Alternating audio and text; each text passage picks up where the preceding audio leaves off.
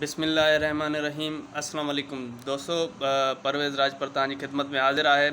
त अॼु हिकिड़ी ॻाल्हि शेयर कंदासीं जेका बहितरीनु ॻाल्हि आहे, तव्हां पंहिंजी ज़िंदगीनि में अपनाए उन मां भरपूर मज़ो वठी सघो था, फ़ाइदो वठी सघो था। त दोस्तो, जेकॾहिं तव्हां चाहियो था त तव्हांजी ज़िंदगी में तव्हांजे इर्द गिर्द जेके दोस्त आहिनि, अहबाब आहिनि, मिट माइट आहिनि या कुलीग्स आहिनि, जेके बि तव्हांजे सराउंडिंग्स माण्हू आहिनि, उहे तव्हां सां मुहबत सां पेश अचनि ऐं तव्हांजे लाइ सुठियूं सोचूं रखनि ऐं तव्हांजे लाइ जेको आहे सो उन्हनि जी दिलुनि में भरपूर मुहबत हुजे। त हूअं त खोड़ सारियूं ॻाल्हि आहिनि, पर उन्हनि मां हिकिड़ी ॻाल्हि मां अॼु शेयर कंदुसि त सभ खां पहिरियां क्रिटिसाइज़ करणु, कंहिं ते तंज़ो मज़ाक़ करणु छॾे ॾियो।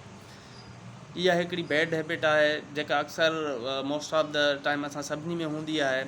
त इन हिकिड़ी बैड हैबिट खे ख़तमु करण सां केतिरा फ़ाइदा तव्हांखे मिली सघनि था, तव्हां ज़रूरु जेको आहे सो तजुर्बो करे ॾिसिजो। अॼु खां पाण सभई मिली करे तंज़ो मज़ाक़ करणु या क्रिटिसाइज़ करणु छॾे था ॾियूं, ॾिसूं था त कहिड़ा फ़ाइदा पंहिंजी ज़िंदगी में उन सां मिलनि था। त पंहिंजो खोड़ सारो ख़्यालु रखिजो ऐं छुटी खे इंजॉय कयो।